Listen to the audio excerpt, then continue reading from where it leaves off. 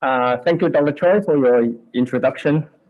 It's really a new challenge to me. After looking after food safety for so many years, I'm looking after human beings again. Well, I'm going to present to you our work on home quarantine and the evolution of home quarantine against COVID in the last few months and the new measures that we are going to introduce in the near future.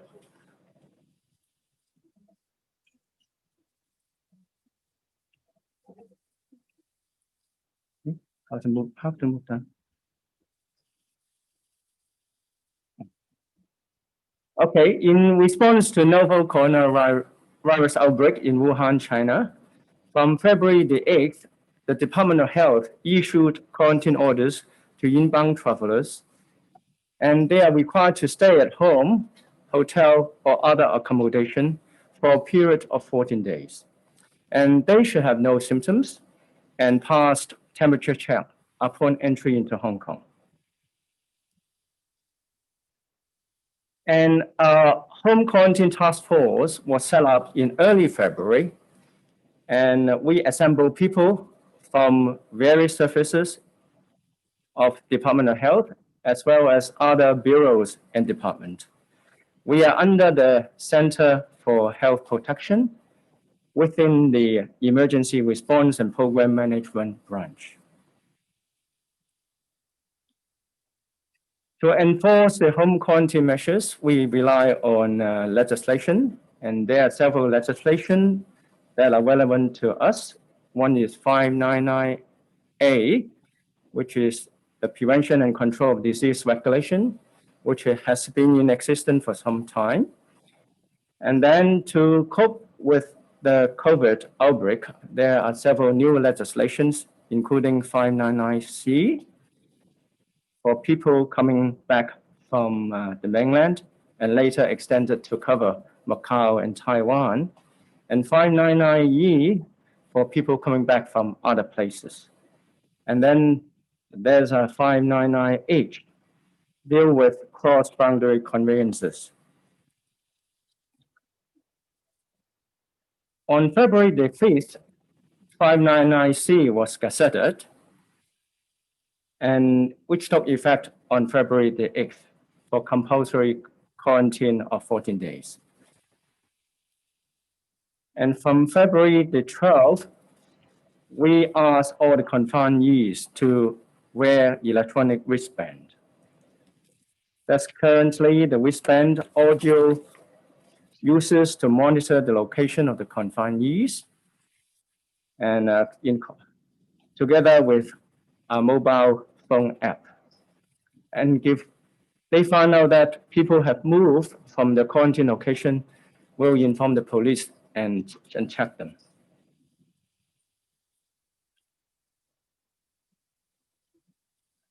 On March 25th, the compulsory quarantine requirement extended to cover people coming back from Macau and Taiwan. That's the quarantine order we use for 599C confinees. But between February to March this year, more and more places were affected by COVID. So we know that there are some high-risk areas, and people coming back from these places need to be treated differently. So during this period of time, they are placed under quarantine in quarantine center.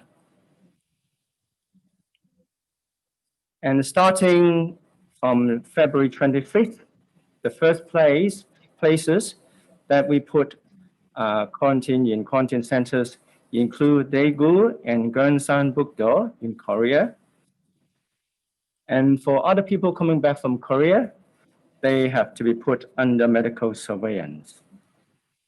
And then more and more countries were affected, and then the list extended to cover places like Iran, Italy, and later many other parts of Europe, and also Hokkaido and in Japan. So we know that people coming from overseas are at risk of spreading the disease in Hong Kong. So the Cap 599E came into place. So for people coming back from overseas countries, they will need to be put under quarantine for 14 days. And those people with a visa less than 14 days will be denied entry into Hong Kong. Currently, for people arriving in the morning and late or early afternoon, they need to stay at our temporary specimen collection center to wait for their test result after collecting their deep flowed saliva sample. For people arriving in afternoon or night, their test result will not be available on the same day, so we put them in a holding center and they'll obtain the result the next day. So for the temporary specimen collection center, it was at Asia World Expo in the beginning, and then currently it moved to midfield of the airport. For the holding centers, we went through 3 years, started with Regal Kowloon Hotel, then Dorset Tsuen Wan Hotel, and currently at Wembley Garden Hotel. That's the quarantine order we use for 599E confinees, which is very similar to the 599C quarantine order.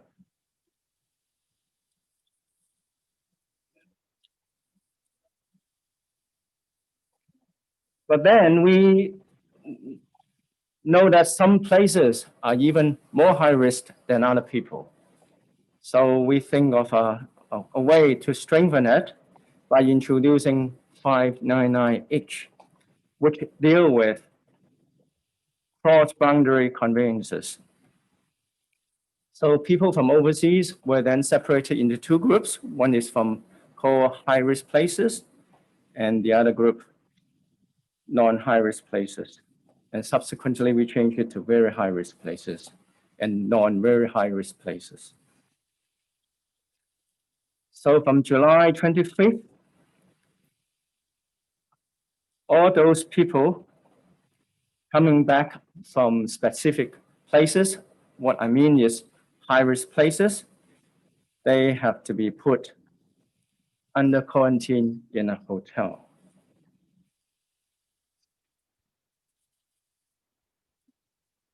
And for these people, they must have, before being checked in for the flight to Hong Kong, a hotel reservation in a hotel in Hong Kong for not less than 14 days.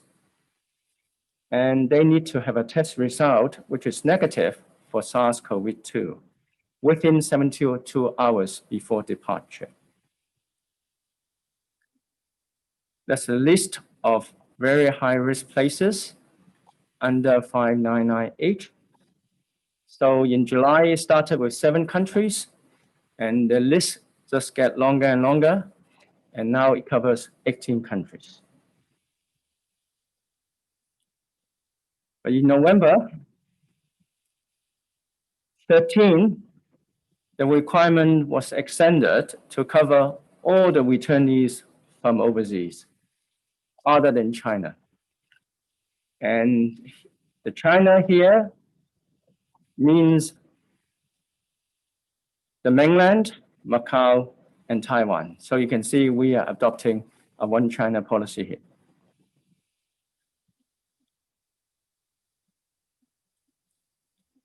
And for the hotel quarantine, you may have vivid memory of these scenes some years ago. But now what we mean by hotel quarantine is really hotel room quarantine. So the confinee can only stay inside the room. They are not allowed to get out of the room to move to other part of the hotel.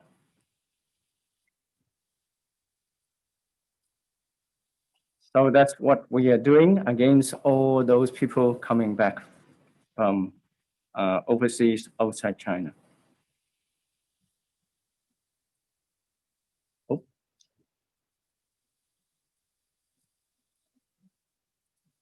sorry. Can I go back?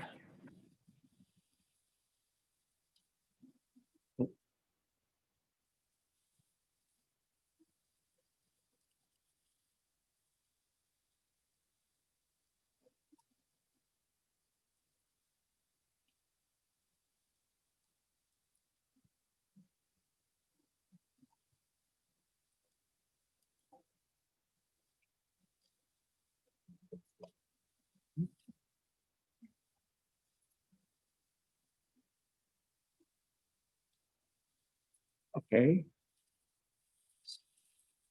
Sorry about that. So something on our workload. From February to now, we have issued over 330,000 quarantine order related to C returnees and 217,000 quarantine orders related to E and H consignees, and over 1,600 quarantine order related to A consignees. And that's our, if you look at it from a chart, you can see that from February, at the peak, we have, on a day, our Port Health colleagues have issued more than 60,000, quarantine order on a day. Now the figure has come down.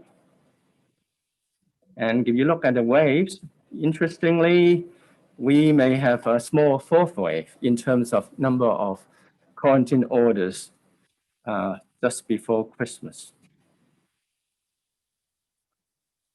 If we look at the separators for C consignees, so nowadays we only have something like 500 people coming back from China every day. That's the figure here shows the number of active quarantine orders. For E consignees, the number is much lower, but recently we have seen an upsurge of returnees coming back from overseas. On a day, we may have something like 1,100 people coming back. And so that you can see in the last few months, the number of active people under active quarantine ranges from 6,000 something to 12,000 on a particular day. For each consignee, we give them an information pack, tell them what they should do to prevent the infection to their household members if they are under home quarantine, and what they should do to protect others. And in terms of monitoring, all the consignee must not leave the place of quarantine. So we have various measures to check them. We ask police to conduct surprise checks. We call them. We use the wristband, and audio, we monitor their movement. So we want to make sure they don't get out of place of quarantine. If they violate the quarantine order, there's a maximum fine of $25,000 and an imprisonment of up to 6 months. And we adopt a zero tolerance policy. And if we find them violating the quarantine order, we can force it, kill them straight away without any warning. So up to 24th of November, a total of 71 persons have been convicted by the courts for breaching compulsory quarantine orders. And they have received sentences, including immediate imprisonment for up to 3 months or a fine of $15,000. So what we have achieved in the last few months in terms of preventing COVID cases entering Hong Kong. From our figures, you can see that we have identified 1,223 cases. This are recent figures. And if you look at it, most of them came back from overseas country. Several of them came back from China, but actually the last case that came back from China was confirmed on the 7th of February, before CAP 599C took its effect. And most cases here actually had a transit through Taiwan before reaching Hong Kong. If you look at the countries of origin for the last 2 months, you can see that most people came back from the very high risk places, including India, Nepal, United Kingdom, and so on and so forth. If you look at the date that we identified them, you can see that most returnees were identified by the first DTS sample collected at the airport. So about 3/4 of them were identified that way.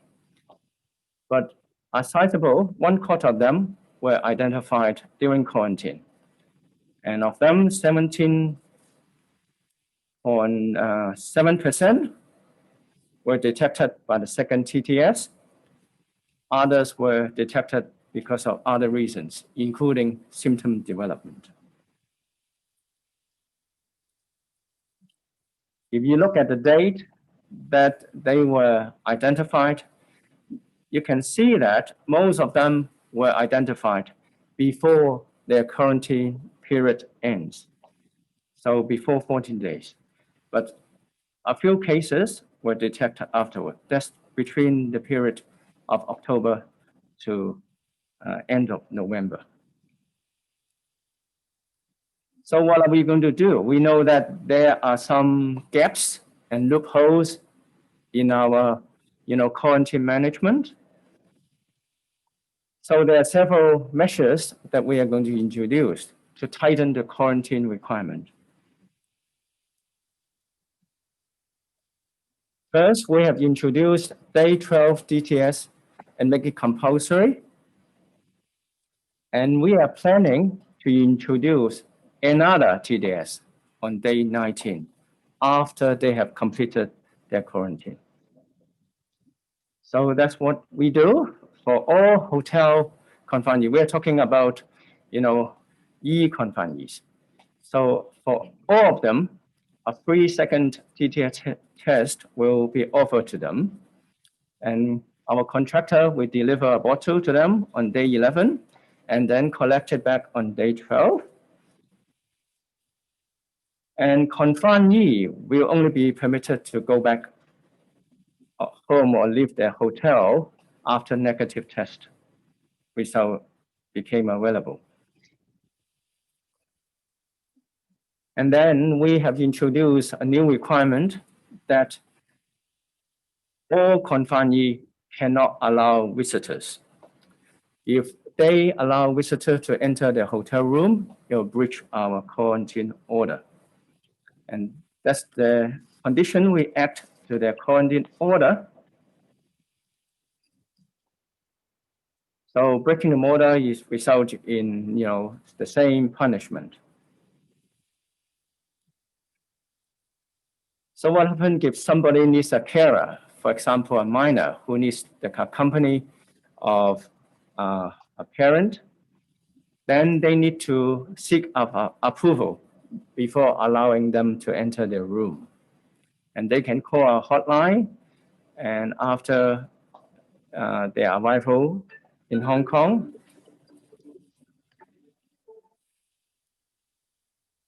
and generally for minors, the approval will be granted.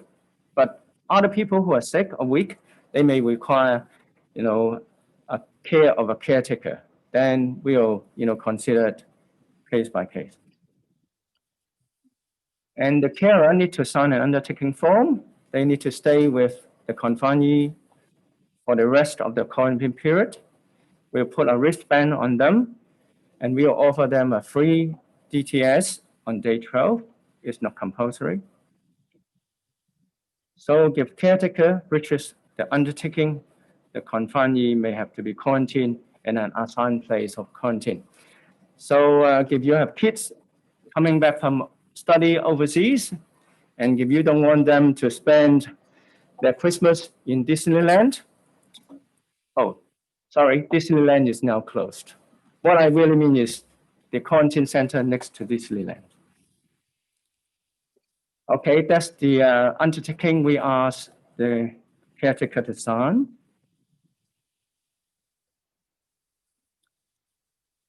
And we are also working on designated hotels, and probably it will be announced very shortly. And we know that, the consignees are now staying in over 140 hotels. But some of these hotels are not very energetic in enforcing our quarantine requirements.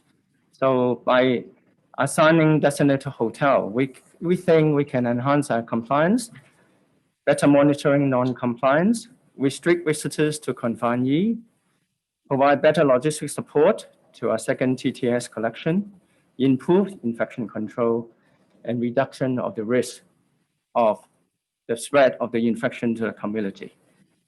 And the consignee need to pay for their stay in the hotel. Okay, just a couple more points. And we are also arranging point-to-point transportation to transfer consignees from the airport to their designated hotel. We have also employed a team of police officers to carry out compliance work. So we think we are looking better, and the quarantine measures will be more stringent.